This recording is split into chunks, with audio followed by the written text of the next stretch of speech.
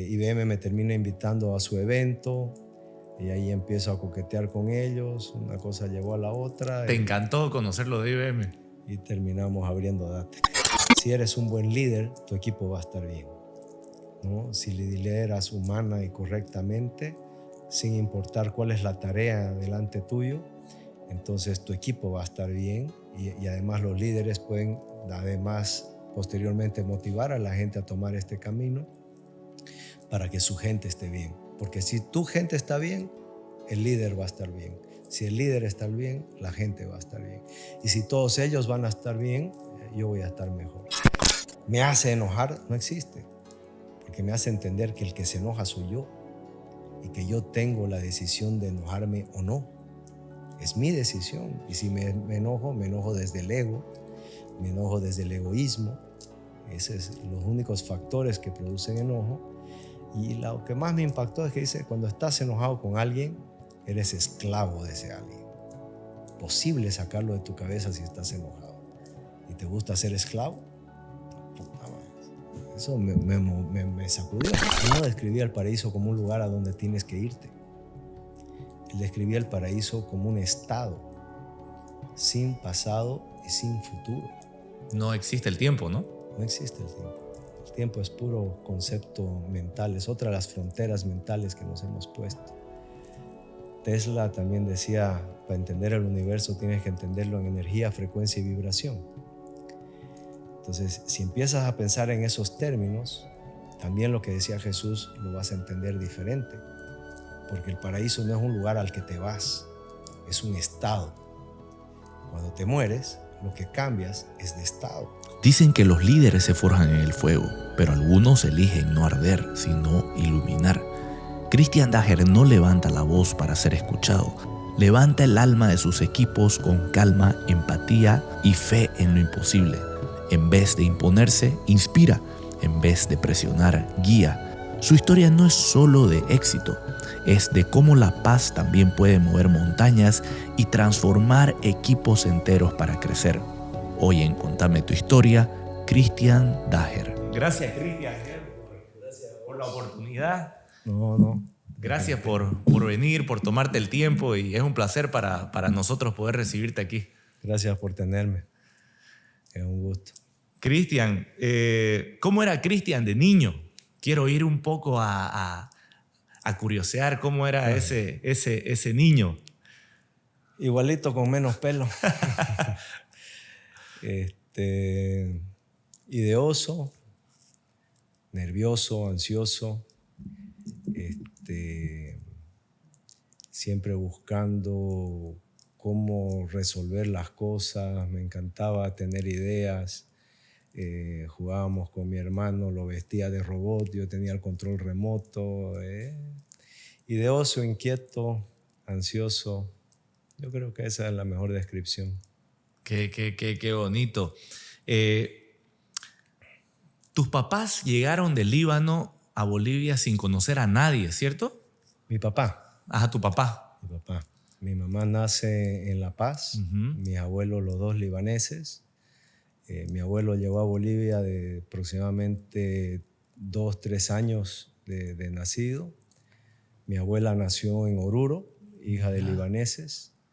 Se casaron, tuvieron 5 hijos, entre ellos mi mamá. Y mi mamá conoce a mi papá en una vacación al Líbano que hace. Y básicamente se enamoran y llegan casados por lo civil y aquí ya se casan por lo religioso. Eso fue en 1969 que llega mi papi a Bolivia. Mira, qué interesante. Y A La Paz. A La Paz. Y tengo entendido que trabajó en el rubro textil, ¿no? ¿Tu papá? Sí, mucho tiempo, porque ahí estaba mi abuelo y habían unos paisanos que tenían la fábrica de tela Said en La Paz, era una mega industria. Entonces trabajaban juntos y ahí es que le sale la oportunidad a mi papá de venirse a Santa Cruz ahí por el 72, sí, creo que el 72, para manejar la agencia de tela Said acá en Santa Cruz. Entonces, sí, los inicios ya hasta entrada a mi juventud vendíamos telas, sabía medir el metro con los brazos. Mirá, qué Era un interesante. rubro bonito, interesante. Qué interesante. Y tengo entendido que, bueno, tu papá llevaba ese espíritu emprendedor, muy comerciante, por el mismo tema de la sangre libanesa, ¿no? Que derivan de los fenicios. Alguna vez estuve leyendo sobre eso. De hecho, el puerto más antiguo del mundo es el puerto de Biblos, en el Líbano. Y Biblos, ¿a qué te suena conocido? A la Biblia. A Biblia, sí. La Biblia fue acuñada por primera vez en el puerto de Biblos. Fue la primera impresión y de ahí termina el nombre de Biblia por Biblos. Ah, mira. Los fenicios fueron, en la época antigua, grandes comerciantes, navegaban por todas partes, similar a lo que conocemos hoy de los vikingos. Pero el fenicio no es una cultura que hayamos escuchado mucho, a menos que estés en el Líbano y veas todo lo que dejaron atrás. Yo creo que esa sangre es lo que, como dice Sadhguru, la memoria kármica es algo que llevas en la sangre y no sabes que lo llevas, y sabes cosas y no sabes por qué las sabes. Es parte de la memoria kármica y nosotros, o lo que dicen, lo tenés en la sangre, ¿no?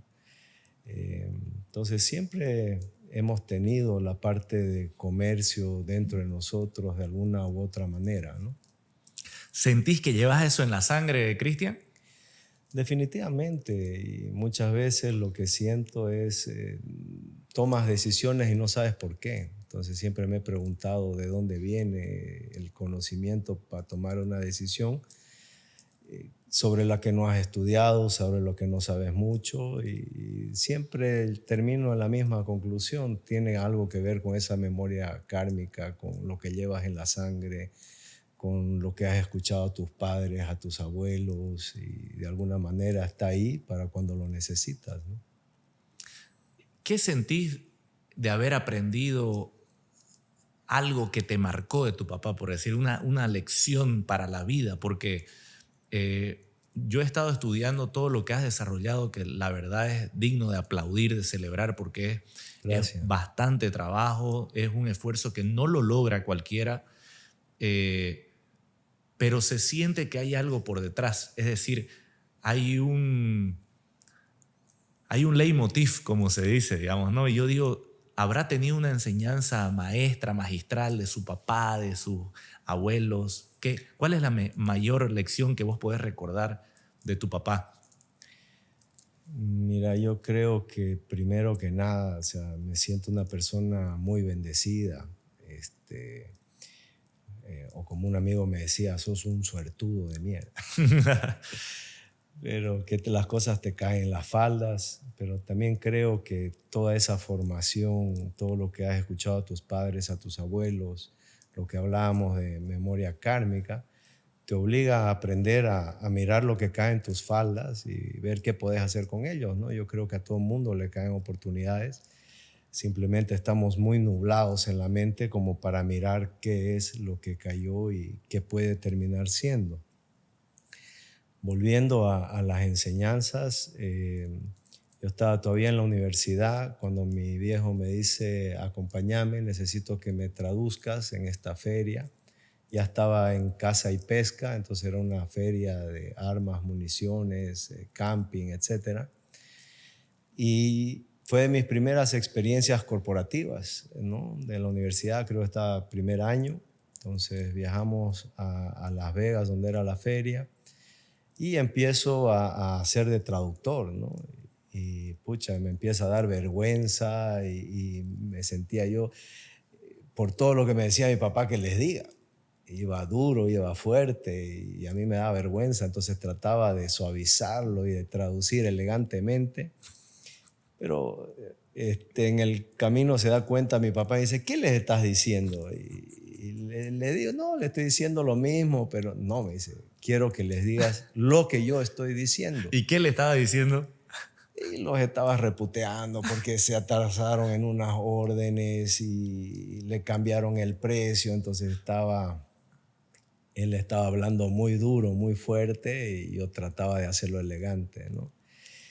Y bueno, y eso me pasó muchas veces con él y yo creo que fui aprendiendo a ser duro sin ser malo o sin ser ofensivo y siendo muy transparente y muy sincero, ¿no? Yo creo que lo que más aprendí de mi papá, además del trabajo duro, fue eso, ser muy transparente, muy sincero, decir lo que está en la cabeza en el momento. Si necesitas ayuda, pides ayuda. Si necesitas precio, pides precio, pero sin dar muchas vueltas, porque de esa manera yo creo que ha sido un valor para mí, para Datec. Cuando entramos al mercado en tecnología, todo el mundo se sentía engañado, ¿no? Y es muy fácil engañar en tecnología porque los expertos somos nosotros. Sin embargo, fuimos consecuentes con los clientes, honestos, directos, y yo creo que eso le gustó mucho a nuestros clientes porque yo siento, ahí sí puedo hacer, si querés, algo de orgullo propio, es que hay un antes y un después de Datec en la tecnología, ¿no? Bueno, digamos un durante, porque no ha pasado Datec, pero sí había una forma de hacer negocios de tecnología antes y hoy día hay una nueva manera de vender tecnología en Bolivia y eso ha sido impuesto por Datec y cómo hacemos nosotros las cosas, ¿no? ¿Y cómo te ha funcionado, por decir, esa lección de tu papá, de la dureza, digamos, con tus equipos de trabajo, ¿no? Porque es difícil manejar equipos tan grandes como los que vos tenés, digamos, ¿no? Son diferentes estilos, ¿no? Por ejemplo, con mis fabricantes, que son mis partners, fui muy, muy duro, ¿no? De hecho, los de IBM, cada que asignaban uno nuevo a Bolivia, lo preparaban para lo que le iba a tocar cuando se siente conmigo. Con mi gente soy duro, pero realista, ¿no? Y soy duro porque trato de formarlos para lo que tienen que enfrentar, que prevean las cosas, que se sienten y piensen desde la parte del cliente, que sean empáticos con los clientes, que sean honestos y directos y sinceros. Irónicamente, cuando alguien entra a Datec, lo más difícil es que entienda, pierdan el miedo, sean honestos y directos. ¿Puedo hablar en francés acá? Podés, claro que sí. Si la cagamos, la cagamos. Claro. Y hay que enfrentarse y hay que decirle al cliente, lo siento, cometimos un error y aquí están todas las alternativas de solución. Entonces, es duro que la gente me entienda eso porque tienen mucho miedo a la reacción, pero lo que yo he encontrado es que el cliente es una persona y reacciona muy bien cuando eres directo y honesto con él, le planteas la situación, entonces sabe él qué esperar. Entonces es una manera de manejar la expectativa del resultado, ¿no? Entonces yo creo que para Datec, más allá del profesionalismo de su gente, además de la identificación que tiene el datecniano, ¿no? Nosotros nos decimos a nosotros mismos datecnianos. Cuando entró un amigo a trabajar a Datec me dijo, oye, esto suena culto. Bueno, nosotros necesitábamos un término para describirnos a nosotros mismos y datecniano sonó bonito y se quedó en el tiempo. Y de ahí hicimos la migración de la típica descripción cuando estás en una empresa es una familia. Yo dije, no, la empresa no es una familia. La empresa mejor se describe como una tribu. ¿Por qué? Porque en la tribu, cada miembro de la tribu tiene una función, tiene un propósito, tiene una manera de contribuir a su tribu. Y es tan así que el que no contribuye y es nocivo, lo separan de la tribu, ¿no? Y eso ha funcionado en los apaches en Estados Unidos, en las tribus nómadas del desierto. Toda persona tiene que tener un aporte, tiene que ser una persona de valor. Entonces nos describimos en Datec con una tribu por eso. Porque mientras seas parte de valor en nuestra tribu, la tribu te va a cuidar, te va a mantener seguro, te va a mantener adentro, ¿no? Y entonces la gente entiende, yo creo eso, le agrada trabajar en DATEC. Hoy en día somos un poco más de 430 personas. Y el que no asimila la cultura de DATEC es repelido muy rápido. No por mí, es por la misma gente que está trabajando en la empresa, que se ha formado en la empresa y que son datecnianos de valor. Entonces, no permiten que haya gente que esté hueveando o gente que no empuje el barco hacia la estrella del norte que hemos definido, ¿no? Entonces, el datecniano, DATEC es lo que es por el datecniano, más que por mí o más por lo que he pensado. El valor de DATEC es la gente que lo ha hecho. ¿Cómo lográs crear tanto, Cristian? No me refiero a lo económico, digo a equipo. O sea, ¿cómo creás un equipo tan brillante? Porque yo he tenido la oportunidad ya de ir varias veces a DATEC y es hermoso, la verdad. O sea, no parece Bolivia, parece una compañía de tecnología de otra parte del mundo. O sea, y todo el mundo, literal, como acabas de decir, enfocado. Una tribu espectacular, reuniones aquí se está desarrollando otra cosa y siempre para adelante. ¿Cómo se logra hacer eso, Cristian? No sé. Nunca empecé las cosas para lograr lo que hemos logrado. Si al comienzo me decías cuál es tu objetivo, es trabajar, que me vaya bien, tener lo suficiente para mis hijas, para que mi familia, para cuando yo sea mayor. Nunca dibujé en mi cabeza el resultado que tenemos hoy día como un objetivo. Mi objetivo era trabajar y que me vaya bien, y eso era suficiente, ¿no? En el camino fuimos viendo oportunidades, fuimos tomando las oportunidades, metiéndole mucho corazón, mucha energía, mucha vibración positiva, y las cosas se fueron acumulando una encima de la otra, y esa acumulación de pequeños logros, pequeños éxitos, es lo que supongo que ha dibujado lo que somos hoy día. Pero no te puedo decir que lo que somos hoy día lo comencé como objetivo, ¿no? En el camino sí dijimos, yo tomé mucho a IBM como ejemplo en algunas cosas, porque otras cosas no me gustaban, pero la manera corporativa de hacer negocios de IBM me atraía. Entonces, en algún momento en la historia de DATEC dije, tenemos que corporativizarnos, porque si DATEC es interesante, tiene que ser interesante más allá de Cristian y más allá inclusive del periodo que yo pueda estar sobre la tierra. Entonces, la empresa tiene que tener una personalidad propia, tiene que tener una vida propia si va a perdurar en el tiempo, y al mismo tiempo tiene que saber moverse y cambiar de dirección, tuiquear su estrategia de acuerdo a los tiempos, ¿no? No digo cambiar de estrategia, porque si das un paso en una dirección diferente cada día, no has ido a ningún lado. Pero si la Tierra en algún momento pudo cambiar, moverse, y el polo ya no es donde el polo, y cosas por el estilo, entonces la estrategia de una empresa también debería poderse tuiquear lo suficiente y lo suficientemente rápido para mantenerse relevante. Y esa otra cosa que me encantó de IBM, ¿no?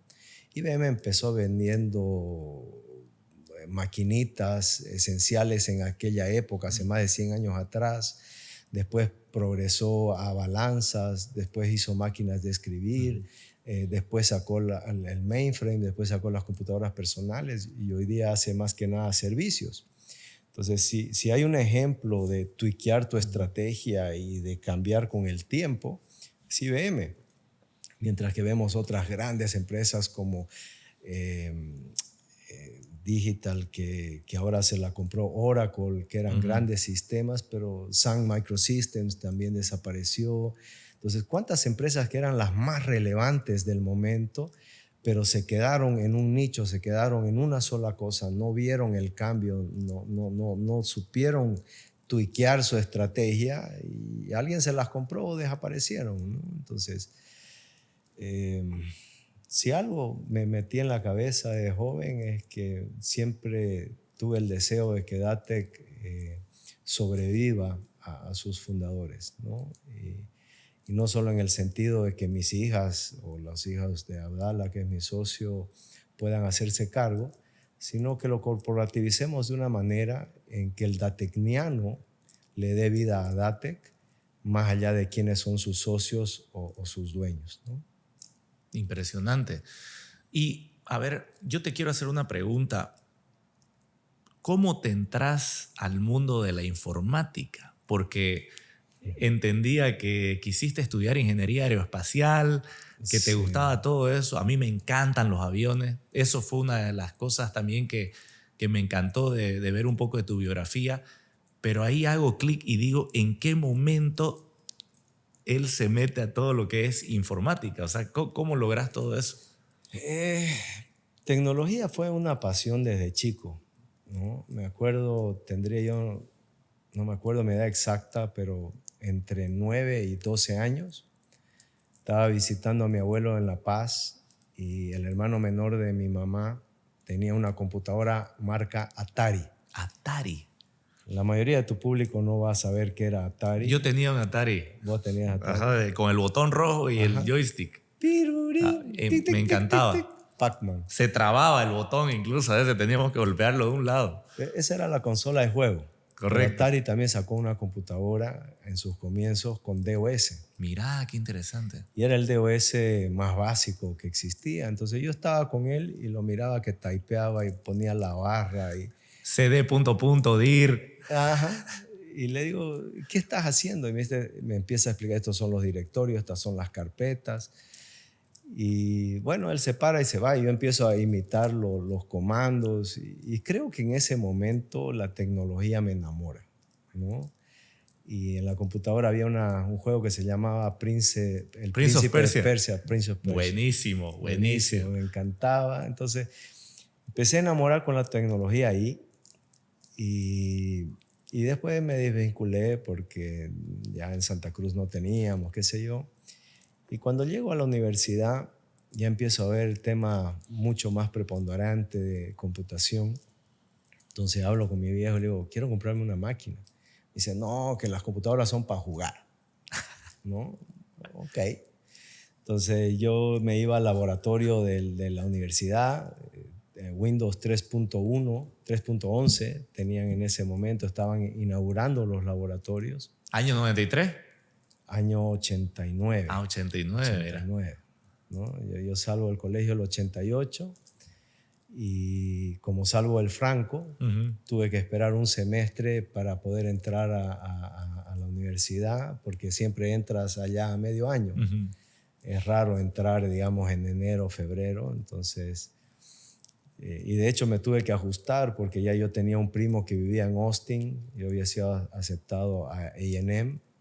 Y ahí mi viejo me dice, bueno, te vas a Austin, está tu primo, vino del Líbano, hermano de Abdala. No nos conocíamos, obviamente, más que hola, chao de un par de veces.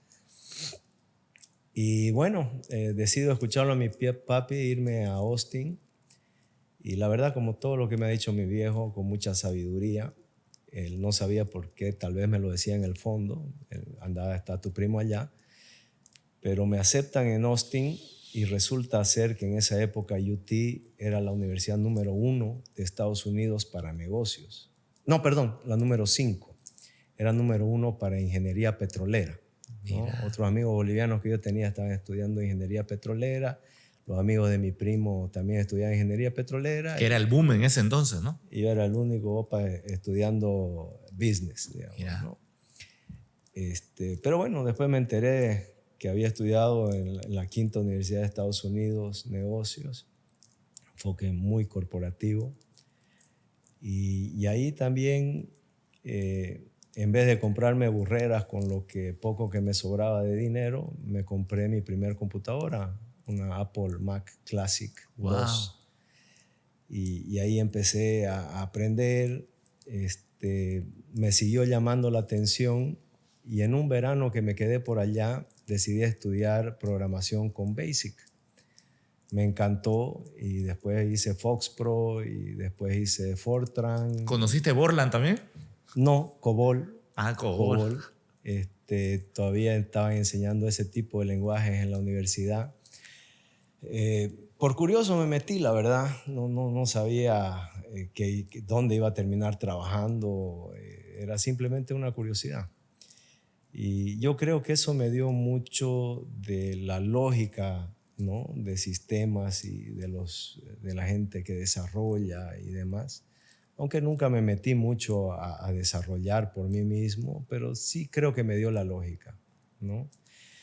Y así, poco a poco, en algún momento de la historia, mi primer trabajo fue en el Banco Visa, oficial de créditos junior.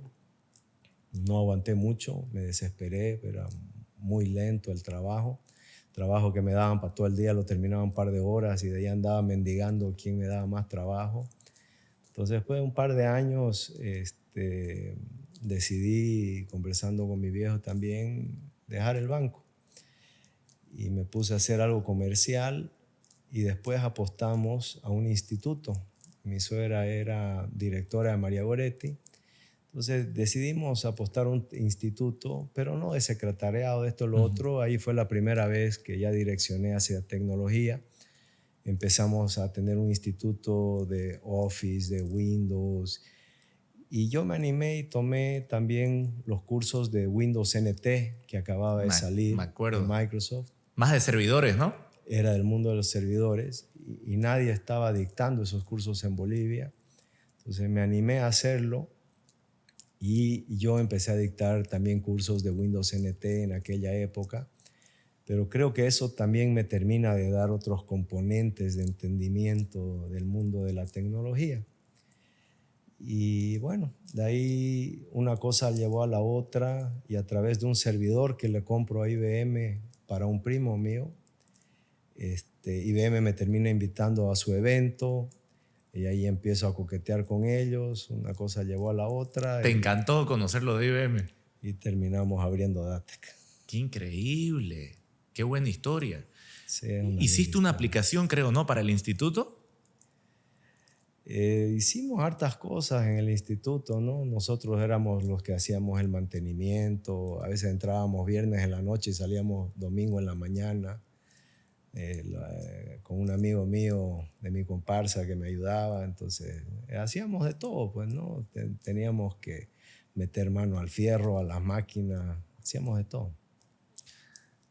Creás Datec, ¿y cuál era la filosofía inicial de Datec? ¿Cómo comienza y cuál era la solución que querías dar con Datec? Cuando me entero que IBM estaba buscando un mayorista, veo la oportunidad. El resto del mercado obviamente ve que era una locura que IBM firme conmigo una empresa que no existía, ¿no? Ahí es donde me acerco a mi primo hermano Abdala y le digo, quiero hacer una empresa. Pero no quiero hacer una empresa que solo venda cosas, sino quiero darle un foco pesado en servicios. Creo que lo que más hace falta acá es alguien que dé servicios. Y me empieza a hablar, entonces le digo, he visto esta oportunidad con IBM y podríamos comenzar con ellos. Entonces ahí se anima, confía en que podría haber una oportunidad. Y nos juntamos. Yo le pedí a él porque él ya venía del mundo de televisores, línea blanca, entonces era dentro de mi entorno lo más cercano a tecnología. Yo estaba seguro que con su experiencia iba a apoyar para que nos vaya bien en Datec, ¿no? Y fue así, logramos firmar con IBM, empezamos a trabajar, el 99 solo firmamos IBM. Hacia finales de ese año convencimos a Triplight y a D-Link también que firmen con nosotros. Ya el año 2001 teníamos algo de ventas relevantes y convencemos a Triplight que nos firme de manera exclusiva porque tenían otro partner. Lo aceptan y bueno, gracias a Dios una cosa lleva a la otra y seguimos creciendo y sumando marcas de acuerdo a necesidades. Y creo que estamos hoy día cerca de mi idea inicial, Todavía no estamos como una empresa donde 100% de nuestro income venga de servicios, pero por lo menos ya cerca de un 50% de DATEC es servicios y otro 50% es el hardware, soluciones o licenciamiento que importamos, ¿no? Y ahora nuestro servicio es lo que estamos exportando. Centroamérica, donde estamos con presencia, es el servicio de las manos bolivianas lo que se está exportando. No estamos vendiendo cajas, no. Hacemos implementaciones de SAP, ciberseguridad, ¿no? Analítica, todo lo que está viniendo con inteligencia artificial y todo lo que tenés que hacer con tu data para llegar a inteligencia artificial. Entonces eso es principalmente lo que hacemos hoy día en Centroamérica. Cada vez un poquito más cerca de la visión inicial que tuve el año 99, de que DATEC sea una empresa que dé servicios. Algo que me encantó fue que en una reunión que tuve la oportunidad de visitarte ahí en tu oficina, vi las métricas espectaculares, pero había métricas de todo tipo. Sí. Y yo dije, qué increíble cómo manejarán, digamos, todo el algoritmo para que pueda entregarle tanta data para el resto de tus aplicaciones. ¿Cómo se logra eso, Cristian? Primero, desde el entendimiento, hay un dicho en Estados Unidos que me agrada, que dice, lo que no se mide no existe, ¿no? Entonces, el tema de los tableros que tenemos empezaron a ser relevante cada vez que yo me apartaba un poco más de la ejecución diaria. Yo tengo una muy mala costumbre, manejo todo en la cabeza. No anoto nada, no me hago notas. Cuando quiero transmitir algo, no me gusta mandar un email junto a la gente, les hablo. Entonces, cada vez que yo me apartaba más de la operación y, digamos, fui contratando gente que me vaya reemplazando, no tienen toda la historia, todo el conocimiento de la empresa y empiezan a haber lagunas, ¿no? Entonces empezamos a trabajar en las métricas necesarias para que cada cargo, cada puesto sepa lo que está pasando. Estamos trabajando en la integración inclusive de nuestro CRM con nuestros tableros de métricas porque queremos lograr que cada puesto tenga sus métricas apenas entra a su CRM, que es una de nuestras herramientas más importantes, ¿no? Ya sea de sus clientes, de oportunidades, de deudas de los clientes, de performance personal, de días de vacaciones, de todas las métricas que te podrían interesar que ya automáticamente te aparezcan integrados en tu CRM. Entonces, todo lo que estamos construyendo tiene que encontrar vida en algún otro sistema para que sea relevante, porque si no lo vuelves relevante va a desaparecer. Entonces, las métricas son interesantes, pero hoy día las queremos vivas y en tu punto de trabajo. Incluso vi las métricas de tiempo que manejan, por decir, en cuánto tiempo de respuesta tiene. Yo dije, ¿cómo lograrán esto? Increíble, la verdad. Lógico. Lo que pasa es que es bonito, pero a la misma vez es un precio del crecimiento, ¿no? Porque antes todo eso era mucho más personal, mucho más humanizado. Todo eso se hacía de yo a vos, ¿no? O de vos a mí. Pero en la medida que ahora somos 430, ¿cómo mantenemos la calidad?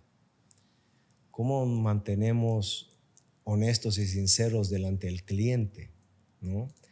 Entonces, formación obviamente es una, pero a veces las personas somos flojas, ¿no? Y no nos gusta reconocer nuestros errores. Entonces, estar pescando qué pasó después de que pasó no era muy buena señal de calidad. Y cuando a mí me pidan que describa a DATEC en una sola palabra, yo describo a DATEC con una sola palabra, calidad, ¿no? Hacemos todo lo que hacemos con calidad. Entonces, eso es difícil cuando tenés tanta gente y la formación personal y la flojera personal, etcétera. No porque sean mala gente, simplemente somos humanos. Correcto. ¿No? Entonces, métricas empezó a tener una relevancia muy importante, pero no solamente métricas hacia afuera y de desempeño, sino eso, ¿no? ¿Cuánto estamos perdiendo? ¿Por qué estamos perdiendo? ¿Cuánto tardamos en atender a un cliente? ¿Cuánto tardamos en responderle el correo? cuánto tardamos en darle una solución. Entonces, eso es muy importante porque mide la calidad con la que atendemos al cliente. Entonces, son métricas muy internas, ¿no? Entonces, sí tratamos de medir todo lo que de alguna manera puede ser relevante. Cuando encontramos un error que cometemos, empezamos a ver cuáles son las métricas que llevaron al error o qué métricas no se estaban usando y se va implementando. Entonces, lo que has visto también es una suerte de varios años de experiencia y de construcción de cómo medirnos a nosotros mismos. Obviamente, todo lo que hacemos después lo ponemos al servicio de nuestros clientes. O sea, todo el sistema de analítica y de inteligencia que está montado en Datec se vende as a service y hay muchos clientes que los consumen como servicio.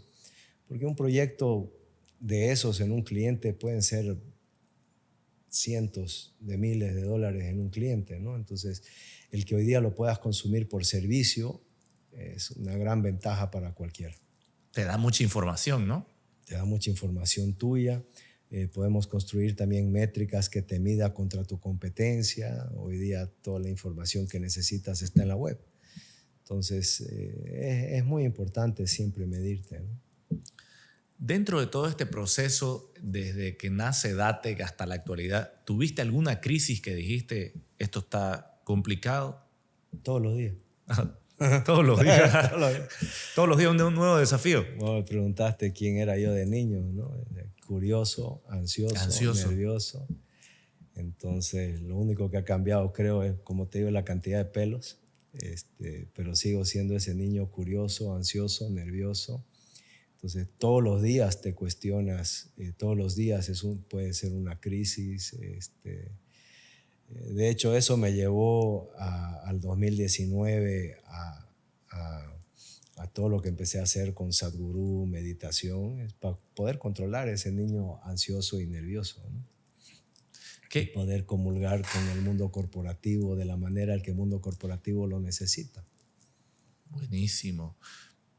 ¿Y qué trucos tenés, digamos, para manejar tu ansiedad y todo eso? Te lo pregunto a nivel personal, porque yo también a veces manejo varias cosas. El miércoles a las 10 de la mañana en el taller que voy a dar. Buenísimo. Sí, ya me avisó Sofía. Como parte de Innova estoy lanzando, primera vez que me animo.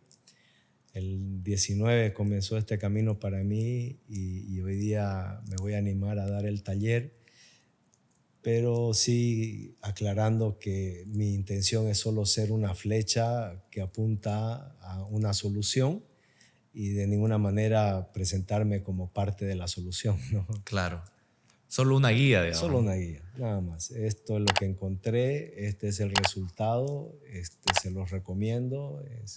Vamos a hablar un poco de yoga, de meditación, vamos a hablar de alimentación, de ejercicios, de prácticas que uno tiene que tener y cómo eso te tiene que mantener como un ser balanceado para poder hacer lo que hacemos corporativamente todos los días.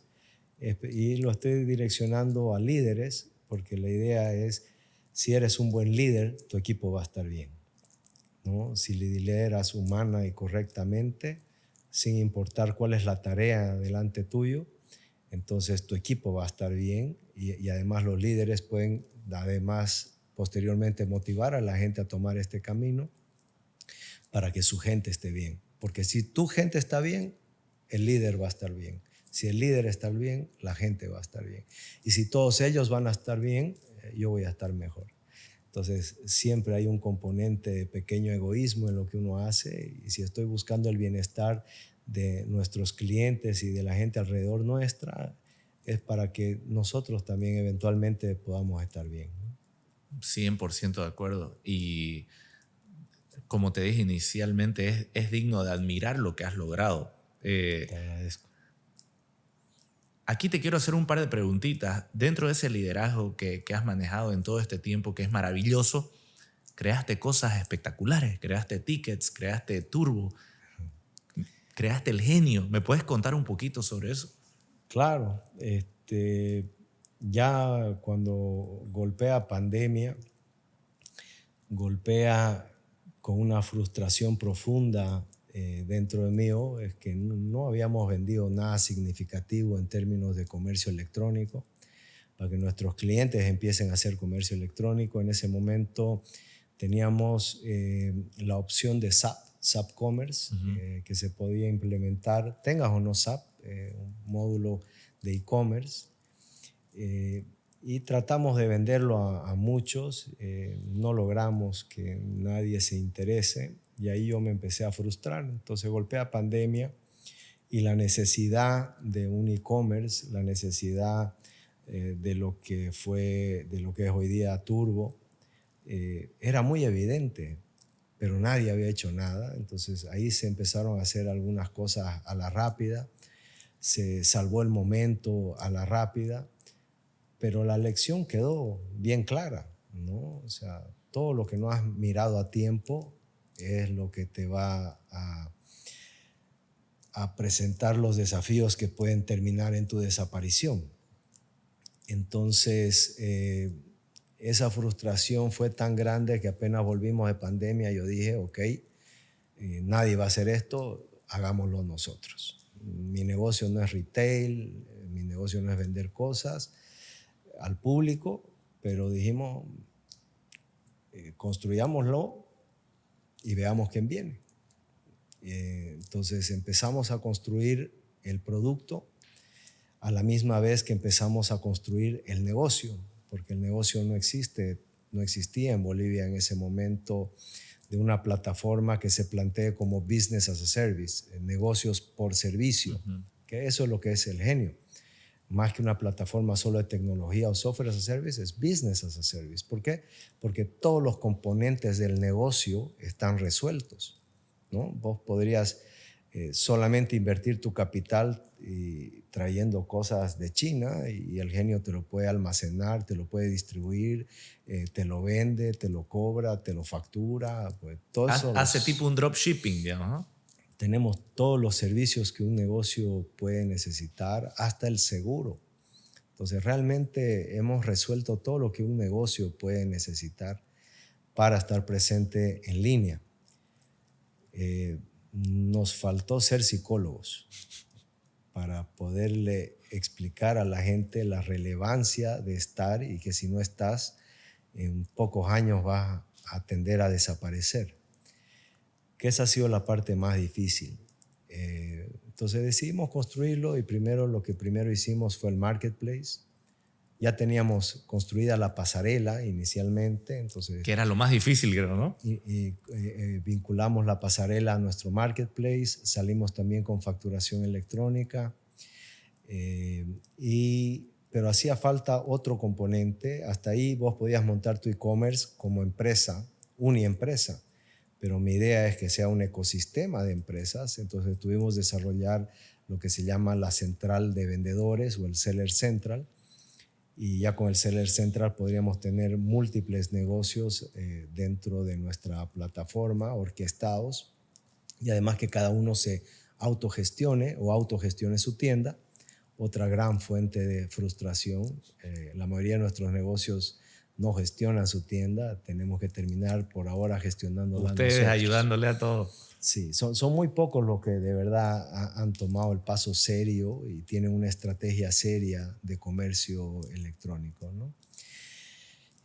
Cuando estábamos ahí, bien al comienzo entendimos que este es un negocio de tráfico, entonces empezamos a construir otras verticales como tickets, como Turbo, como pago de servicios, que todavía no ha salido, pero estamos por salir. En el Genio vas a poder pagar tu condominio, el colegio de tus hijos, tu universidad, cualquier servicio lo vas a poder pagar desde el Genio. Buenísimo. Y otro módulo que, si Dios quiere, salimos antes de septiembre, que no debería contarlo, pero te lo voy a contar. Es un spoiler. Un spoiler alert. Un sistema de parqueo, donde podemos adoptar cualquier parqueo de la ciudad, digitalizarlo. Entonces vos vas a poder no solo encontrar parqueo cerca tuyo con nuestra aplicación, sino reservarlo y pagarlo. Qué ¿no? bueno. Entonces el uso de monedas, de efectivo, el no saber dónde parquear, van a ser ya cosas del pasado. Y eso está súper adelantado, ¿no? Para Bolivia. O sea, te estás adelantando creo que unos 10, 15 años a lo que va a venir con eso, ¿no? Los datecnianos no creemos en fronteras, ¿no? Si vos agarrás Google Earth y lo alejás, no ves fronteras. El mundo no tiene fronteras. Y en Datec decimos las fronteras son mentales, ¿no? El otro día también le daba un ejemplo a los chicos, en TikTok sale siempre esta hormiga que le vas dibujando rayas en el papel y ya no pasa donde está la raya. Esas son las fronteras. Y si no queremos ser, voy a usar un término que no me gusta, pero si no queremos ser tontos como una hormiga, seguramente, digo no me gusta porque seguramente la hormiga es muy sabia en lo que es el mundo de las hormigas, pero si es tan tonta que por una raya no pasa, el humano no puede ser tan tonto que porque le dibujaron una raya en el mapa, ya no pasas más allá. Entonces, nosotros no trabajamos pensando en fronteras. El datecniano tiene que ser un ciudadano global. Lo que hacemos hoy día lo estamos haciendo en Bolivia, mañana lo podemos estar haciendo en Centroamérica, pasado en Perú, de aquí a 3 días en Estados Unidos. Lo que hacemos no tiene fronteras en sí mismo, entonces yo no quiero que nuestra gente las cree en su cabeza. Buenísimo. Vos sabés que esa lección yo la recibí de una persona en Las Vegas. Yo fui al CES, seguramente Sí. has ido alguna vez. Sí. Increíble, me encantó. Y me dijo, me encanta lo que haces. Yo no podía creer que él me conocía. Yo le dije, muchas gracias, ¿y cómo viste los videos y todo? Y él me dijo, sí, te vi, pero vi que mucho tenés de Bolivia. Me dijo, una de las cosas que yo he crecido mucho, me dijo, es porque no visualizo una frontera. Exacto. Me dijo, háblale al habla hispana. Me dijo, no le hables, me dijo, a tu país. Y vos sabés que comencé a hacer un par de ejercicios sobre eso, sobre contenido, y se me dispararon las métricas. Y ahí es donde yo dije, realmente la frontera es una limitante. Y es mental. Y es mental. Totalmente. Y es mental. Totalmente es mental. Cristian, dándole ya un norte a esto, el genio tiene un futuro tremendamente prometedor, ¿no? ¿Cómo está creciendo el genio actualmente? Porque yo digo, el otro día discutía con un par de personas y yo le decía, el marketplace más poderoso, sin contar Facebook, que no estamos contando porque eso es dentro de... Yo le digo, muy informal. Claro, es muy informal. Yo le digo, es el genio, porque incluso ustedes tienen un tema de un seguro que protege al consumidor para la compra, el fraude, todo increíble. Sí. ¿Cómo viene el crecimiento del genio ahora? Viene muy interesante, ya a 3 años de haber lanzado, el genio ya está casi siendo autosustentable en sus ingresos. Estamos saliendo este año con las últimas versiones de todo lo que hemos construido. Algunas de las cosas que usábamos todavía era software as a service, mientras estamos planeando el negocio y construyendo nuestras propias versiones, ¿no? Hoy día nuestro front-end ya es propio, hemos abandonado Shopify, nuestro Seller Central es propio, nuestra pasarela siempre fue propia, facturación es propio, todo lo que hacemos en seguridad es propio. Entonces, el Super App, si Dios quiere, lo voy a anunciar ahora en Innova. Y es otro spoiler que me está dando. Otro spoiler, pero estamos a 3 días, o sea que eso está bien. La primera intento que hicimos de Super App el año pasado no nos fue muy bien. Lo hicimos con un partnership con una empresa extranjera.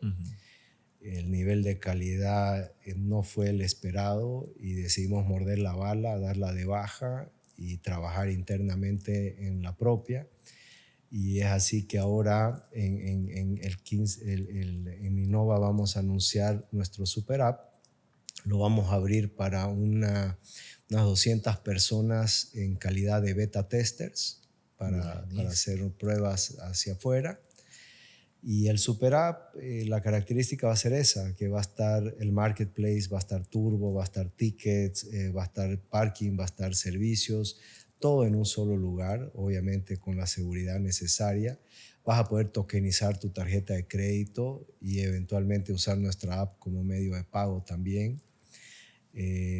Pero no termina ahí. El concepto Super App es un concepto donde puedes adoptar otras aplicaciones. Entonces, supongamos que Cinecenter quiere aprovechar nuestra pasarela, nuestra facturación y además el gran ecosistema de clientes que ya tiene el Genio. Son cientos de miles de clientes que nos visitan todos los días.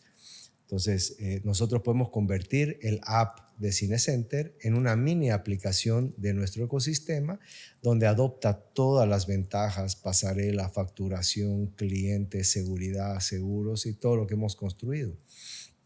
Entonces, la relevancia de la Super App es esa, no es solamente el tener una aplicación, sino en el simplificar el uso de toda esta tecnología para el cliente final. ¿Cuántas aplicaciones tenés en tu teléfono? Claro. ¿Cuántas de ellas no tienen sentido de tener que tener todo en sí mismas y podrían convivir en un ecosistema como la Super App, beneficiándose de todo y dándote más tranquilidad a vos que lo que hagas en esta aplicación es seguro? El pago es seguro, la facturación es segura y tengo además la garantía que mi producto llega, porque Datex son 26 años que estamos, hemos probado al cliente que estamos para hacer negocios y con el dinero de nadie, ni Datex ni el Genio se va a ir. Nuestro negocio es hacer a empresas exitosas y ahí es donde nosotros ganamos lo que ganamos. Increíble. Y te hago una pregunta bastante puntual. Por ahí estoy totalmente en desconocimiento, pero ¿serían ustedes la primera Super App boliviana? O sea, sí. Hay varios que han lanzado lo que llaman Super Apps, pero que no son Super Apps de verdad. Están usando el nombre para coquetear con tecnología, pero un Super App tiene que tener mucho contenido y contenido de mucho valor, ¿no? En Latinoamérica, las únicas que conozco, en Brasil, la del Banco Itaú, ¿no? Y otro par que usualmente están viniendo del mundo financiero más que del mundo privado. ¿Por qué? Porque quieren capitalizar medios de pago y todo lo demás. Entonces, todas las que traigan a su app es como para manejar medios de pago. más de fintech, ¿no? Más de fintech, ¿no? Nosotros somos un cruce entre fintech y el mundo retail, el mundo comercial. Entonces, yo te diría, en Latinoamérica somos de las primeras super apps que no vienen del mundo financiero, ¿no? Mira qué interesante. Y se lanza ya Se lanza ahora en Innova ya el beta tester para que empiecen a hacer pruebas. Queremos hacer pruebas en un ambiente controlado de no más de 200 a 400 personas. En Innova estamos esperando unas 2.000 personas este año, por lo cual yo creo que las 400 personas de beta tester lo vamos a conseguir rápidamente, ¿no? Claro, inmediatamente ahí bajar directo. Ahí va a ser. Te vas a tener que registrar y te vas a poder bajar la aplicación. Buenísimo. Cristian, ¿cuál quisiera que sea tu legado? Wow.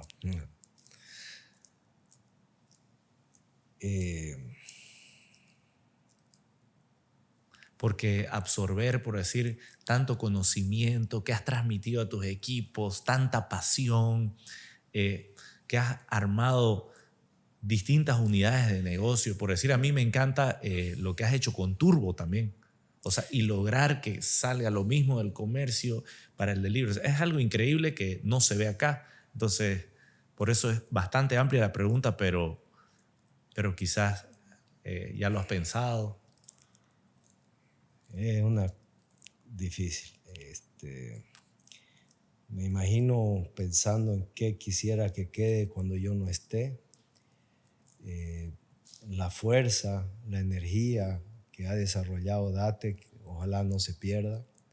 Ojalá sepan los líderes de Datec llevar adelante todo con fuerza, energía y sabiduría. Y a la misma vez ser los líderes que el mundo necesita. Ser un líder preocupado sobre su gente, ser un líder corporativo, pero conectado con la tierra, conectado con el mundo, conectado con otros seres humanos, conectado con los animales, conectado con la planta. Porque cuanto más desconectados estamos, somos capaces de hacer daño a otra persona, a otro país, a un animal, a la tierra. Entonces, hacemos lo que hacemos porque el mundo giró en esta dirección. Entonces, yo quisiera que la gente entienda eso y que si algo dejo atrás es que podemos hacer el mundo corporativo de una manera responsable y conectados con todo. Buenísimo, buenísimo. Y con todo me refiero desde el creador. Correcto. ¿No? Conectado con todo. ¿Y cuál ha sido tu mayor inspiración para lograr todo esto? ¿Tu mayor fuerza que te ha motivado? Mis hijas. Hermoso. Siempre. Todo lo que hago, lo hago por ellas. Buenísimo, buenísimo. Te hago un par de preguntitas más. ¿Cuánto de tu éxito crees que se debe al talento y cuánto a la disciplina y a la constancia? Talento, disciplina y constancia no pueden ser separadas. No pueden ninguna ser más importante que la otra. Yo creo que son cosas que juegan juntas. Tienes mucho talento y no tienes disciplina, no sirves para nada. Tienes mucha disciplina, pero no tenés talento, mucho menos. Entonces, y en esa ecuación hay que sumarle actitud. Talento, disciplina. ¿Qué más me dijiste? Talento, disciplina. Constancia. Constancia. Yo le sumaría actitud. Actitud. ¿No? Porque la actitud multiplica, ¿no? Si tenés una actitud negativa o cero, multiplica esa actitud hacia los demás. Una actitud positiva también multiplica. Entonces vos necesitas constancia, necesitas disciplina, necesitas talento. ¿No? Pero también necesitas esa actitud que es lo que cierra que todo funcione en conjunto. Y voy a volver a lo que decía antes. Si eres una persona profundamente conectada y aprendes a ser una persona balanceada, vas a poder ejecutar todo esto. Porque mucha gente dice, no tengo tiempo para todas estas otras cosas, pero se despiertan a las 8 de la mañana. Claro. ¿Por qué no se despiertan a las 5? Vas a tener tiempo para convertirte en un ser humano conectado en vez de pasar más de la mitad de tu vida muerto. ¿Por qué digo muerto? Porque estás durmiendo. Sadhguru compara el dormir con la muerte. Son como mini periodos de muerte que tenemos cada que estamos durmiendo. Entonces, el dormir mucho es demasiado privilegiado en nuestra cultura, en la cultura americana entera, ¿no? 8 horas de dormir. ¿Quién dice? Sadhguru duerme 3 horas y le alcanza. Y levanta cero. Y levanta cero. Igual con la comida, comemos demasiado, dormimos demasiado. Entonces, hay que crear seres más conectados con la realidad, más conectados con el humano de verdad, ¿no? Y creo que ahí todo va a cambiar y se van a dar cuenta que tiene cada uno el porcentaje necesario de todo para ser exitoso. Si estás totalmente desconectado y tu vida es salir a joder todos los días y chupar todos los días y hacer lo mínimo esencial para vivir, entonces no es que no tengas los componentes para ser exitoso, es que estás desconectado. Y no lo vas a lograr. Entonces, si estás desconectado, no lo vas a lograr, ¿no? Entonces yo creo que hay que trabajar más en eso, en que el humano sea un humano hiperconectado, y no estoy hablando de internet, ¿no? Sino conectado con sí mismo, con su creador, con la creación entera. Y ahí vamos a generar un cambio y gente de valor de verdad, ¿no? Totalmente de acuerdo. ¿Qué le dirías al Cristian que salía de la universidad? A ese que no sabía todavía Te a digo qué... lo que les dije a mis hijas. Lo primero que les dije es empiecen a tomar estas herramientas, porque yo no desearía que mi vida haya sido diferente, no desearía cambiar ninguna decisión de mi vida. Lo único que quisiera haberla vivido con menos ansiedad y menos miedo.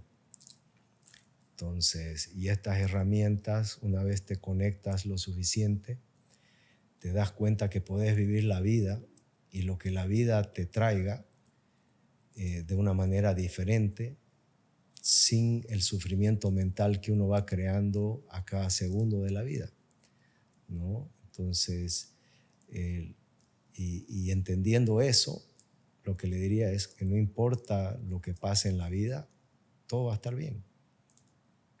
Eso es lo que llamamos fe, ¿no? Pero saber qué es la fe cuando uno es joven es casi imposible. Uno está muy distraído, ¿no?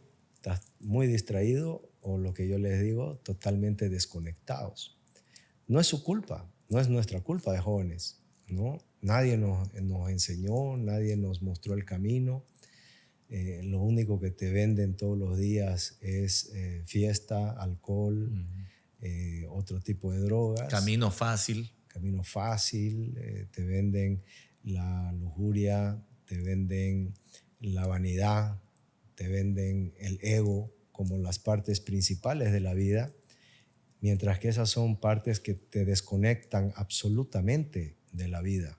Y que te llevan a un camino oscuro, ¿no?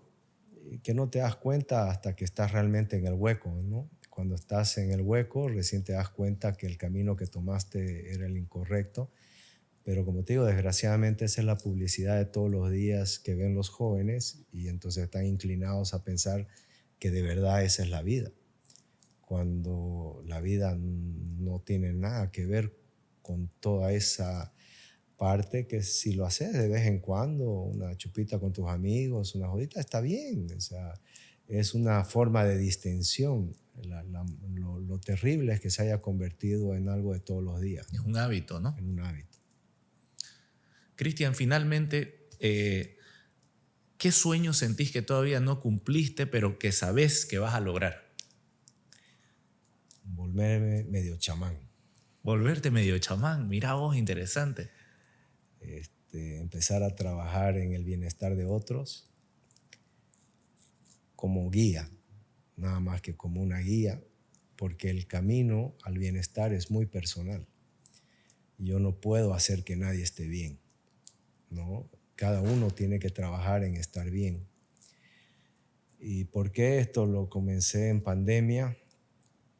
Yo en pandemia, cuando hice el curso, lo hice la primera semana de pandemia.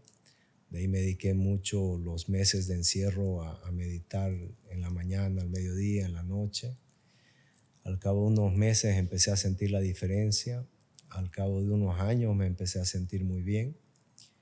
Y apenas te sientes bien y estás muy presente, empiezas a notar la ausencia y el malestar en la cara de las personas. Y cuando empecé a entrar a Datek y veía todas estas caras tristes, largas, ansiosas, miedosas, hechos pelota, yo dije, no, algo anda mal aquí. Entonces, tomando las palabras de Sadhguru, dice una vez que primero sé muy egoísta, trabaja en vos duramente, pero cuando tú estés bien, empieza a trabajar en el bienestar de los demás. ¿Por qué? Por lo que te decía. Si yo estoy bien, la gente a mi alrededor va a estar bien. Si la gente de mi alrededor está bien, yo voy a estar bien. Entonces yo no veía a la gente de mi alrededor bien. Entonces empecé a trabajar en el bienestar del dategniano. Logré que de los 400, unos 100 y pico tomen el curso, algunos empezaron a meditar, otros no. Pero constantemente estoy predicando esto, mostrándoles cómo con un poco de estiramientos, yoga, no tienes dolores, no necesitas desinflamantes, etc. Y ahora me puse el objetivo de empezar a hacer eso ya un poquito más hacia afuera y un poquito más permanentemente. Porque además, cada que me siento a trabajar con alguien en esto, yo creo que yo avanzo también un poco más, ¿no? Si bien me siento en un lugar totalmente diferente que el 2019, no es que ya haya yo logrado lo que tengo que lograr, o sea, pierdo todo el tiempo. Me doy cuenta que perdí la batalla y que mi cabeza la ganó. Simplemente hoy día tengo la habilidad de darme cuenta y de retroceder y volver a la realidad. Entonces, el camino de uno es permanente y por eso es que no hay una pastilla maravillosa que me la tomo y todo desaparece. Ni siquiera yoga y meditación, porque si no lo practicas todos los días, tampoco vas a lograr un cambio efectivo en ti mismo, ¿no? Y si hacemos una analogía inclusive a Jesús, a nuestra religión, pues yo soy católico, yo creo, me doy cuenta hoy día que gran parte del problema es que nos han dicho todos, ven a misa los domingos, pero eso no es suficiente, ¿no? O sea, si vas a tomar la religión como la parte integral de tu vida, entonces tiene que ser algo que está presente todos los días en tu conexión con nuestro Creador.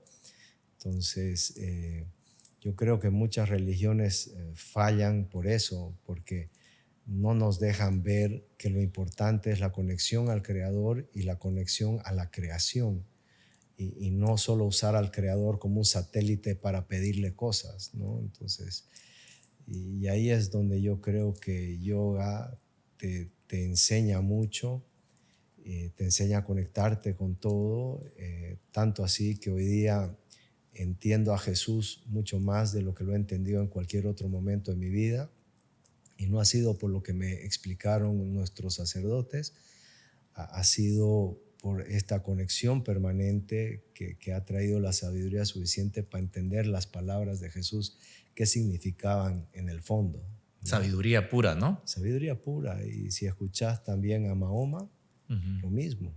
Escuchás a Abraham, lo mismo. ¿Qué decía cuando vino Jesús? No decía escuchen a Abraham. Claro. ¿Acaso Jesús decía háganme religión? Claro, no. Formen una nueva religión y úsenla para matar a otros. Nunca Jesús dijo eso.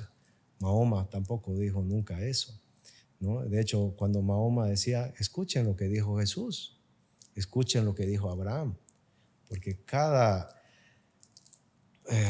llamémosle profeta, gurú, sabio, el Creador nos pone a esta gente a cada rato delante nuestro para que escuchemos la fórmula de vivir bien. A David, ¿no?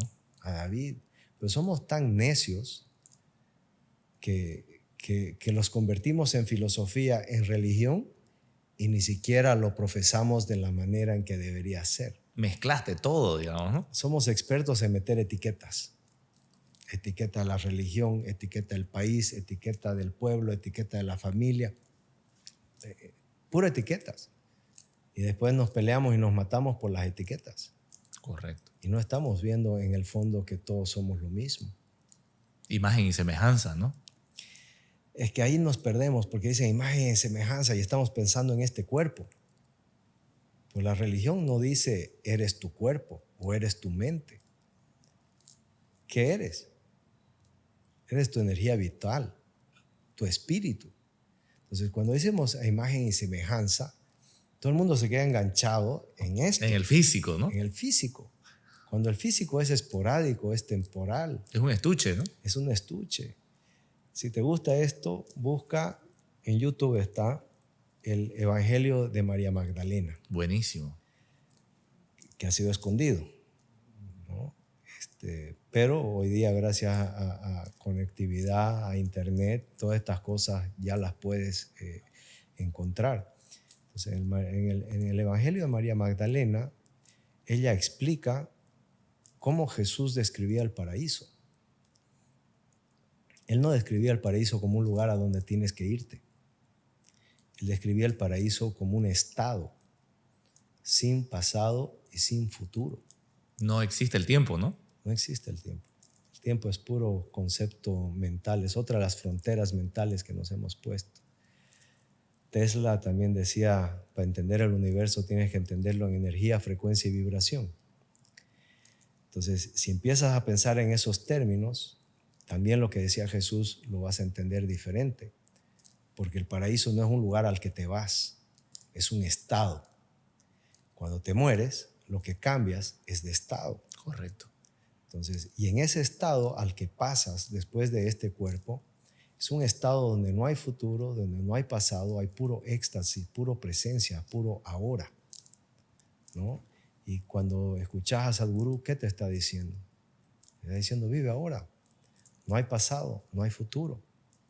El éxtasis está en el ahora, en el segundo, en este segundo. En el momento que tu mente fue para allá, fue para acá, ya no estás presente, ya no estás conectado, ya estás viviendo una vida psicológica. Entonces, de memoria, ¿no? De memoria. Además, en base a la base de datos que tenés presente, de donde no viene la sabiduría. La sabiduría viene cuando te abstraes del cuerpo, te abstraes de la mente y recién empiezas a sentir lo que es sabiduría, memoria kármica que hablábamos hace rato. Uno sabe qué hacer sin saber qué hacer. La intuición esa que tenés, digamos. Le llaman intuición, le llaman de todo, pero es sabiduría. Y la sabiduría solo existe cuando no hay mente. ¿Y en qué momento de tu vida, Cristian, hiciste ese clic bastante espiritual? Porque a mí me encantó. Yo la primera vez que te conocí, yo dije, pucha, se nota, digamos, modo zen, digamos, ¿no? Estás en un modo zen. Yo he roto sillas, teléfonos, para no romper personas en el pasado. Pero espiritual siempre he sido. Nada más que la forma en que la religión nos atiende, no me sentía yo atendido por la forma en que ha tomado la religión hoy en día. Y siempre sentía que tiene que haber algo más. Y sí, llegué al 2019 bastante hecho pelotas, con esa práctica de que si se te cruza alguien en la calle tenés que romperlo, si alguien hace algo indebido tenés que romperlo a patadas, y si no puedes romperlo a patadas, bueno, rompo el teléfono o rompo la silla. Nada más alejado de sentirse o de estar en un modo zen. Sin embargo, por cómo siempre he sido, yo sentía que eso no está bien. No era la forma de vivir ni para mí ni para otros. Siempre decía, tiene que haber algo más, pero no encontraba de ninguna manera ese algo más. Y había tratado con meditación, pero no me fue bien. Traté de todo, pastillas de los nervios, psiquiatras, traté de todo, pero nada realmente funcionaba. Hasta que el 2019 me enojo mucho por algo. Eran las 2 de la mañana, no podía dormir. Me voy a la sala y googleo por qué me enojo tanto en inglés. Y me sale este señor de turbante, barba. Lo he visto. Yo no sabía quién era en ese momento, Sadhguru, y un video de 45 minutos explicando de por qué me enojo tanto. Lo tuve que reempezar varias veces porque mi cabeza se iba y se iba y se iba permanentemente. Pero después de unas 2 horas logré ver el video de 45 minutos y me quedo, wow. O sea, básicamente me hace enojar, no existe. Porque me hace entender que el que se enoja soy yo y que yo tengo la decisión de enojarme o no. Es mi decisión. Y si me enojo desde el ego, me enojo desde el egoísmo. Esos son los únicos factores que producen enojo. Y lo que más me impactó es que dice, cuando estás enojado con alguien, eres esclavo de ese alguien. Posible sacarlo de tu cabeza si estás enojado. ¿Y te gusta ser esclavo? La puta madre. Eso me sacudió. Qué buena analogía, ¿no? Entonces, de ahí empecé a seguirlo en YouTube y coqueteando, pero de verdad lo que impulsa el cambio es pandemia. Al pensar que 30 días íbamos a estar encerrados con la amenaza de la empresa, yo dije, yo no sobrevivo a esto. O sea, yo realmente necesito algo y en ese momento decido hacer el curso de Sadhguru, que es online, 100% online, innerengineering.com, ingeniería interna. Hago el curso de Sadhguru por primera vez. ¿Bueno el curso? Me costó entender. Nuevamente son videos grabados, tenía que volver porque la mente se me iba, absolutamente cero presencia tenía en ese momento. Pero hice el curso. Le pedí a mi familia de 5:30 de la tarde a 7 de la noche, por favor no me hablen, no existo.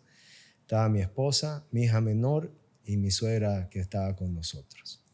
Entonces les pido por favor de 5:30 de la tarde a 7, déjenme, voy a estar en esto. Y bueno, lo hicieron, me respetaron el espacio.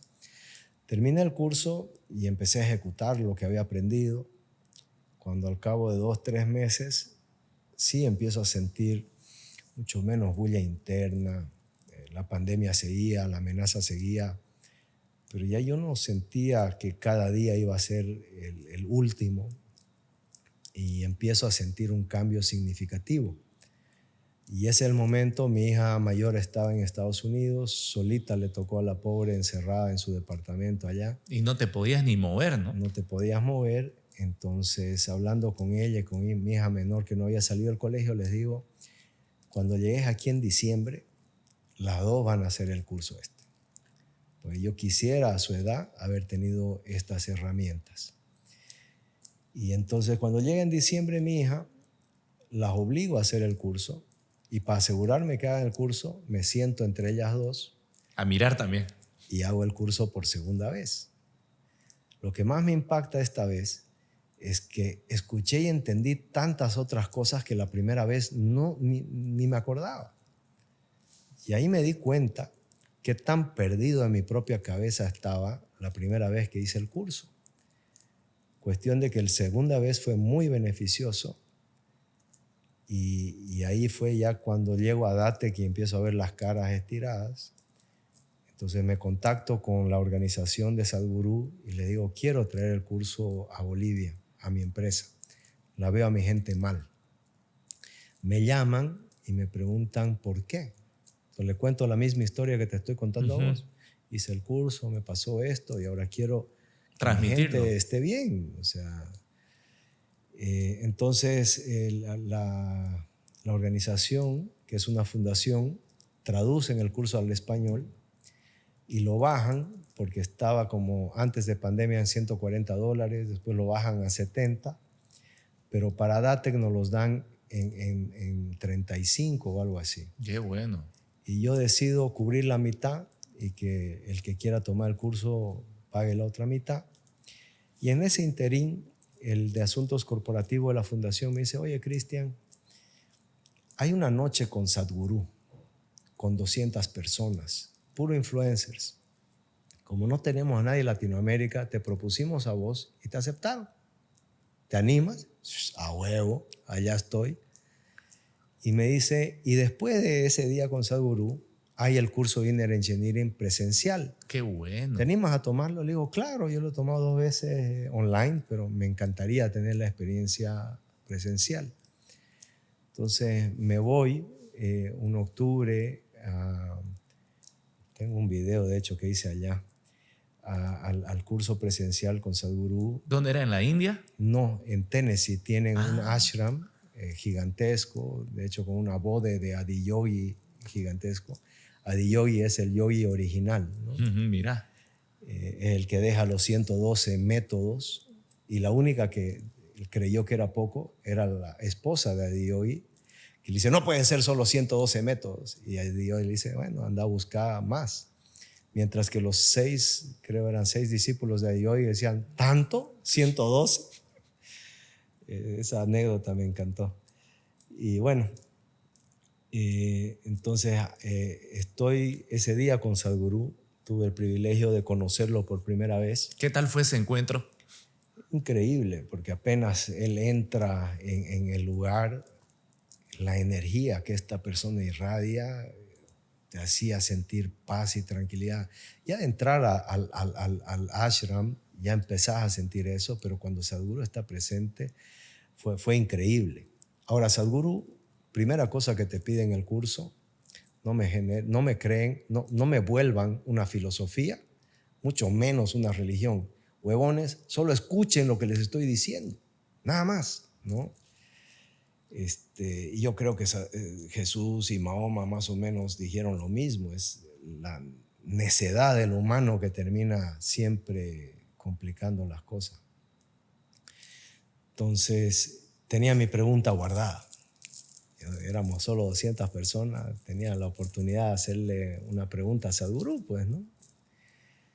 Y finalmente llega mi turno, me dan el micrófono, le digo, Sadhguru, primero que nada he hecho el curso 2 veces, estoy aquí para hacerlo, mañana lo voy a volver a hacer.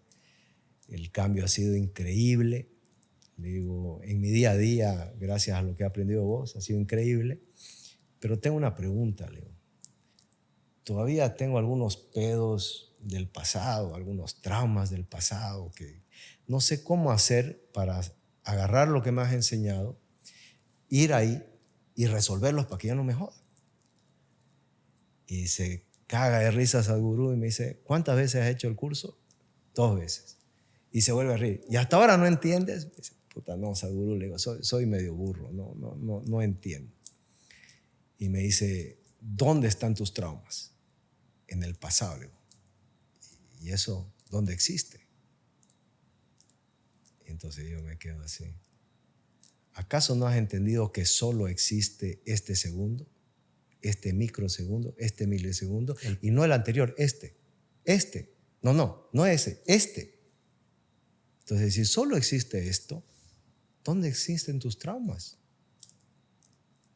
Entonces yo me quedé, realmente me sentí opa, pues, ¿no? Porque si bien me sentía mucho mejor, todavía había muchos componentes que yo no estaba entendiendo de lo que él hablaba. Entonces le dije, bueno, gracias a Guru, y me senté y eso fue todo. Y de ahí hicimos el curso, y la verdad que muy provechoso también el curso presencial. Terminé con la espalda rota, nos despertaban 5 de la mañana con unos tambores, bom, bom, bom. Y de 5 de la mañana a 9 de la noche no dejábamos los procesos, las sentadas, todo. Y fueron unos días muy intensos, pero terminó siendo también muy, muy provechoso, ¿no? Muy bueno. De ahí me acuerdo que después de una de las ceremonias hice un video que le mandé a los dategnianos, motivándolos a entrar, a hacerlo, y además que yo estaba allá para seguir creciendo en este camino, y además ser alguien que yo no tuve aquí, alguien con quien puedas charlar y que te pueda aliviar las dudas de este proceso, porque cuando estás en este proceso muchas cosas cambian, ¿no? A veces te llenas de dudas y esas dudas te pueden jalar para atrás, ¿no? Mientras que si tenés a alguien con quien podás validar, podés seguir avanzando de mejor manera. Y me alegró mucho escuchar otro amigo que es gringo, que lo conocí allá. Había estado casado con una boliviana. Mira qué interesante. Nada es coincidencia, dice, ¿no? Él trabajaba para el Departamento de Estado en Estados Unidos y estuvo también la noche de los influencers y todo. Conocí al campeón de MMA, ahorita me voy a acordar su nombre, que estaba también haciendo el curso. Yo le decía, vos, campeón de MMA, ¿qué haces aquí hablando de meditación? Y me contó su historia. Silva. Ah, Silva. sí, lo vi. Y bueno, entonces él está haciendo un voluntariado en la organización de Sadhguru en la India por 4 meses este año, y estuvo conversando con la organización porque se va a venir a vivir a Bolivia. Y le decía, yo me voy a ir a vivir a Bolivia, quisiera que hagamos algo para llevar más de Sadhguru a Bolivia. Y me llamó, me dice, porque cuando estábamos charlando salió tu nombre. Y no te animás a hacer algo, le digo, ya estoy haciendo. Entonces hagamos, y mejor si podemos traer, llamémosle a esa capa que está debajo de Sadhguru, que es gente de mucha práctica, Ojalá podamos traer ese tipo de gente para ayudar acá en el camino, porque hay algo muy importante. Yo puedo ser una guía, pero para tener la mejor información y más valiosa, siempre es mejor ir a la fuente, ¿no?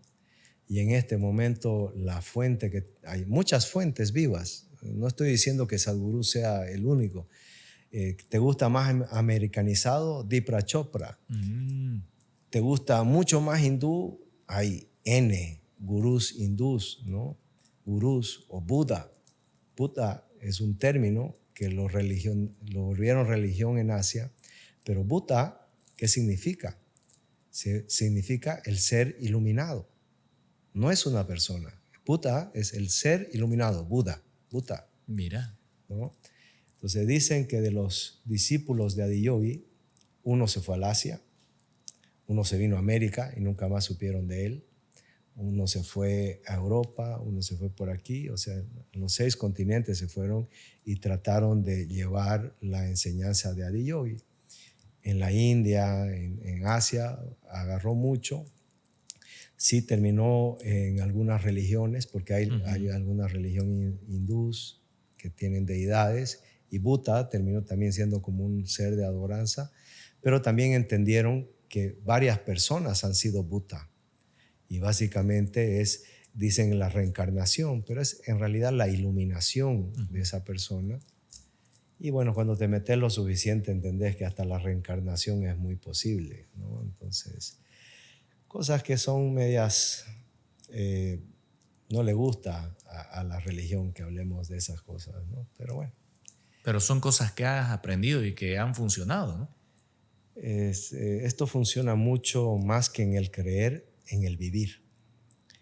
Una vez vives, una vez estas cosas bajan y las entiendes, ya no tienes que creer. Ya no tienes que creer que hay un creador porque ya lo viste.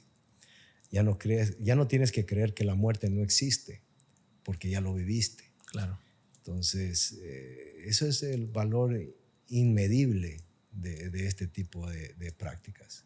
De hecho, ya nombraron a yoga patrimonio de la humanidad hace unos años atrás. Los gringos, Europa, han declarado yoga patrimonio cultural de la humanidad, ¿no? Cada vez se reconoce. Harvard tiene un curso de cómo ser feliz. Mira, qué interesante. Le llaman mindfulness. Ah, claro. Tengo una amiga que hace acá mindfulness. Reetiquetan todo lo que ya existía para mercadearlo de una mejor manera. Hasta mindfulness eating también para comer, ¿no? Ajá. Lo que pasa es que mindfulness es lo que Sadhguru le llama presencia absoluta, ¿no? Conectado plenamente, ¿no? Totalmente. Es decir, estás conectado plenamente, te das cuenta de muchas cosas y te das cuenta que cuando estás comiendo, comes inconscientemente. Un plato, 2 platos, 3 platos.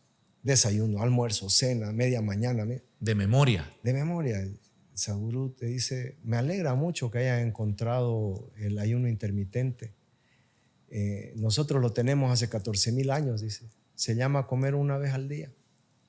Es todo lo que necesitas para sobrevivir, comer una vez al día. Claro. ¿De dónde salió comer cada 4 horas, comer esto, comer lo otro?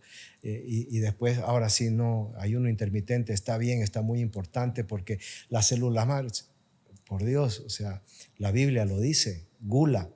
Pero la gula, ¿a qué consideramos la gula? O sea, no, ya le cambiamos el concepto, ¿no? Claro, no, si comes mucho en esta comida, pero estás comiendo mucho durante toda tu vida. Claro. O sea, le ponemos nombres al azúcar en la sangre, diabetes, al azúcar en la cabeza, Alzheimer. Le ponemos nombres, pero no son enfermedades. La enfermedad es la desconexión. Mira. La enfermedad es no darte cuenta que todo lo que está en tu plato tenía vida y que esa vida era tan importante como la tuya y que todo lo que está en tu plato está sacrificando su vida para la continuidad de la tuya. Increíble. Entonces, si estás conectado, estás despierto, estás consciente, vas a comer conscientemente. Entonces, no te tienen que enseñar a comer como mindfulness. Es una sola cosa. Increíble. Qué buena lección incluso para mí, Cristian. Ojalá te sirva. Muchísimas gracias por todo este tiempo. Que Dios te bendiga, que te siga dando sabiduría para emprender todos tus caminos con mucha luz. Y nuevamente te lo vuelvo a decir, te admiro mucho por lo que has logrado. Te agradezco. Es de admirar y seguir adelante. Gracias por este tiempo maravilloso. Gracias a vos por invitarme. Igualmente que nuestro Creador te bendiga, te ilumine y te mantenga conectado además. Gracias, Cristian. Gracias. Gracias. Buenísimo. Gracias. Qué bueno.